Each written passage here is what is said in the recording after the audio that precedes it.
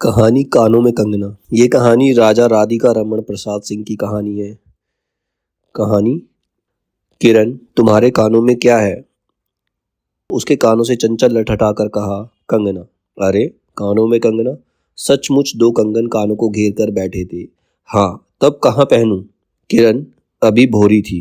दुनिया में जिसे भोरी कहते हैं वैसी भोरी नहीं। उसे वन के फूलों का भोलापन समझो। मतलब बहुत भोली लड़की थी वो एक।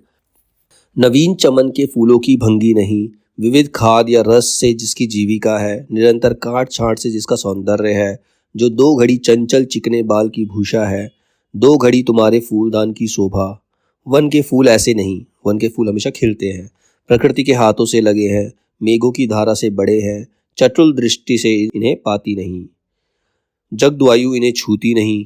यह सरल सुंदर सौरभमय जीवन है। यह जीवित रहे तब चारों तरफ अपने प्राण धन से हरे भरे रहे। जब समय आया तब वह अपनी माँ की गोद में झड़ पड़े। आकाश स्वच्छ था, नील उदार सुंदर, पत्ते शांत थे।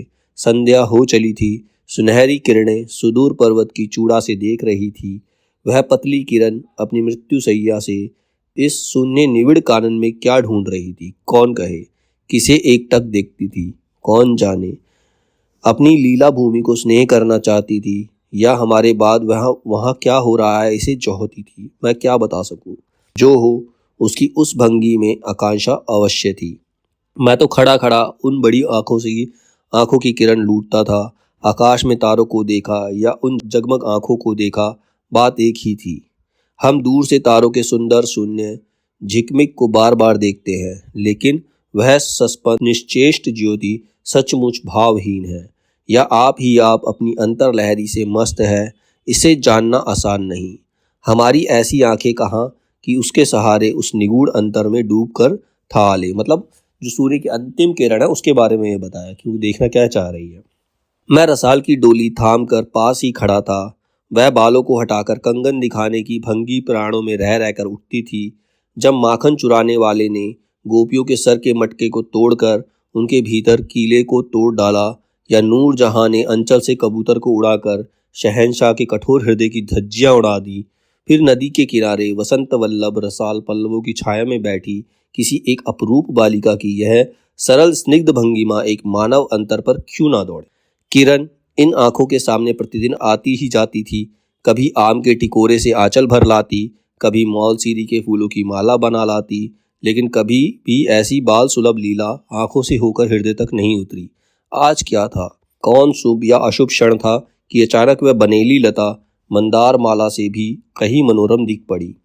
कौन जानता था कि चाल से कुचाल जाने में, हाथों से कंगन भूलकर कानों के पहनने में इतनी माधुरी है। दो टके के कंगने में इतनी शक्ति है।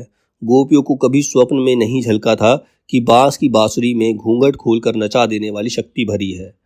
मैंने चटपट उसके कानों से कंगन उतार लिया, फिर धीरे से उसकी उंगलियों पर चढ़ाने लगा।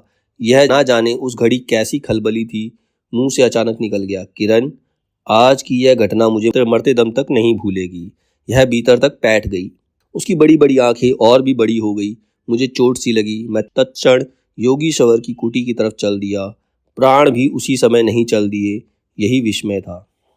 एक दिन था कि इसी दुनिया में दुनिया से दूर रहकर लोग दुनिया का सुख उठाते थे। हरी चंदन के पल्लवों की छाया भूलोक पर कहाँ मिले, लेकिन किसी समय हमारे यहाँ भी ऐसे ही वन थे, जिनके वृक्षों के साये में घड़ी निवारने के लिए स्वर्ग से देवता भी उतर आते थे। जिस पंचवटी पर अनंत यौवन देखकर राम की आंखें भी खिल उठी थी, वहाँ के निवासियों ने कभी अमृत तरु के फूलों की माला नहीं चाही, मंदाकिनी के छींटों की शीतलता नहीं ढूंढी, नंदो पवन का सानी कहीं वन भी नहीं था। कल्प वृक्ष की छाया में शांति अवश्य है, लेकिन कदम की छैया कहाँ मिल सकती है। कदम के पेड़ की जो छाया है वो कहीं नहीं मिल सकती। हमारी तुम्हारी आंखों ने कभी नंदोत्सव की लीला नहीं देखी। मतलब जो कृष्ण जी के टाइम पर बाबा नंद के यहाँ उत्सव होता था, उसकी लीला कभी नहीं देखी। लेकिन इसी भूतल पर एक दिन ऐसा ही उत्सव हो चुका है जिसको देख देख कर प्रकृति तथा रजनी 6 महीने तक ठगी रही। सत सत दिवांगनाओं ने पारिजात के फूलों की वर्षा से नंदन कानन को उजाड़ डाला। समय ने सब कुछ पलट दिया। अब ऐसे वन नहीं है जहाँ कृष्ण गोलोक से उतरकर 2 घड़ी वंशी की टेर दे। ऐसे कुटीर नहीं हैं जिनके दर्शन से रामचंद्र का भी अंतर प्रसन्न हो, और ऐसे मुनीश नहीं जो धर्म धुरंधर धर्मराज को भी धर्म में शिक्षा दे। यदि एक दो भूले भटके हो भी, तब अभी तक उस पर दुनिया का पर्दा नहीं उठा। जगन माया की माया नहीं लगी, लेकिन वे कब तक बचे रहेंगे? लोक अपने यहाँ अलौकिक बातें कब तक होने देगा? भव सागर की जल तरंगों पर थिर होना कब संभव है? ऋषिकेश के पास एक सुंदर वन है, सुंदर नहीं अपरूप सुंदर है। वह प्रमोद वन के विलास निकुंजों जैसा सुंदर नहीं, वरंच चित्रकूट या पंचवटी की महिमा से मंडित है। वहाँ चिकनी चांदनी में बैठकर कनक घुंघरू की इच्छा नहीं होती, वरंच प्राणों में एक ऐसी आवेश धारा उठती है जो कभी अनंत साधनाओं के कूल पर पहुंचाती है, कभी जीव जगत के एक एक तत्व से दौड़कर मिलती है। गंगा की अनंत गरिमा, वन की निविड़ योग निद्रा वहीं देख पड़ेगी। कौन कहे वहां जाकर ये चंचल चित्त क्या चाहता है? गंभीर अलौकिक आनंद या शांत सुंदर मरण? इसी वन में एक कुटी बनाकर योगीश्वर रहते थे। योगीश्वर योगीश्वर ही थे। यद्यपि वह भूतल पर ही रहते थे, तथापि उन्हें इस लोक का जीव कहना यथार्थ नहीं था। उनकी चित्तवृत्ति सरस्वती के श्री चरणों में थी या ब्रह्मलोक की अनंत शांति में लिपटी थी। वह बालिका स्वर्ग से एक रश्मि उतरकर एक घने जंगल में उजेला करती फिरती थी। वह अलौकिक मायाबद्ध जीवन नहीं था। इसमें बंधन रहित बाधाहीन नास्तिक किरणों की लेखा कहिए, मानो निर्मुक्त चंचल मलय वायु फूल फूल पर डाली डाली पर डोलती फिरती हो, या कोई मूर्तिमान अमर संगीत बेरोक टोक हवा पर या जल की तरंग भंग पर नाच रहा हो। मैं भी वहाँ इस लोक का प्रतिनिधि था। मैं ही उनकी इस अलौकिक स्थिति से, इस जटिल मर्त्य राज से खींच लाता था। कुछ साल से मैं योगीश्वर के यहाँ आता जाता था। पिता की आज्ञा थी कि उनके यहाँ जाकर अपने धर्म के सब ग्रंथ पढ़ डालो। योगीश्वर और बाबा लड़कपन के साथी थे, इसीलिए उनकी मुझ पर उतनी दया थी।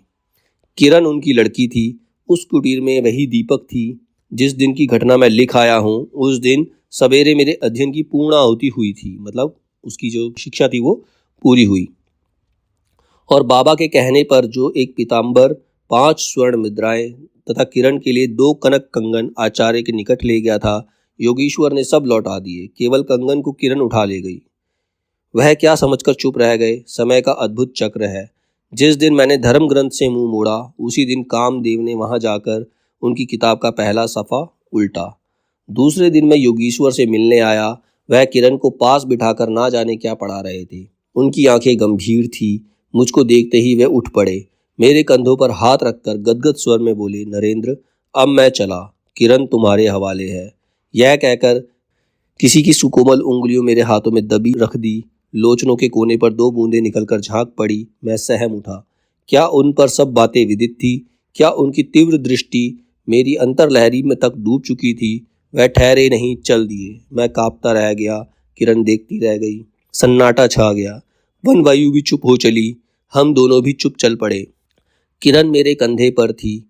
हठात अंतर से कोई अकड़ कर कह उठा, हाय नरेंद्र, यह क्या? तुम इस वन फूल को किस चमन में ले चले? इस बंधन विहीन स्वर्गीय जीवन को किस लोक लाज में बांधने चले? कंकड़ी जल में जाकर कोई स्थायी विवर नहीं फोड़ सकती। क्षण भर जल का समतल भले ही उलट पुलट हो, लेकिन इधर उधर से जल तरंग दौड़कर उस छिद्र का नाम निशान भी नहीं रहने देती।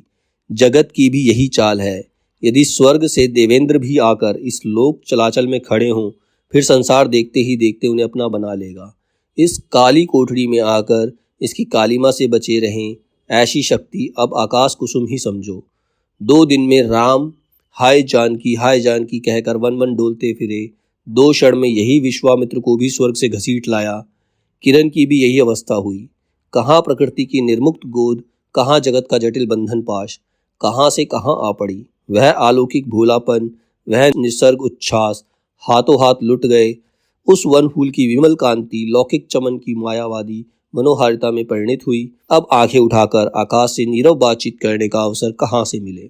मलय वायु से मिलकर मलयाचल के फूलों की पूछताछ क्यों कर हो? जब किशोरी नए सांचे में ढलकर उतरी, उसे पहचानना भी कठिन था। अब वह लाल चोली, हरी साड़ी पहनकर, सर पर सिंदूर रेखा सस्ती और हाथों के कंगन, कानों की बाली, गले की कंठी तथा कमर की करधनी दिन दिन उसके चित्त को नचाए मारती थी।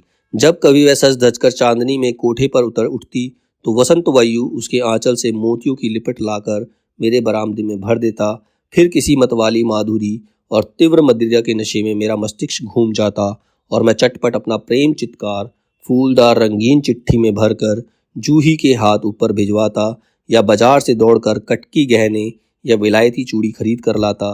लेकिन जो हो, अब भी कभी कभी उसके प्रफुल्ल वदन पर उस आलोक आलोक की छटा पूर्व जन्म की सुख स्मृति चली आती थी और आंखें उसी जीवंत सुंदर झिकमिक का नाज दिखाती थी जब अंतर प्रसन्न था।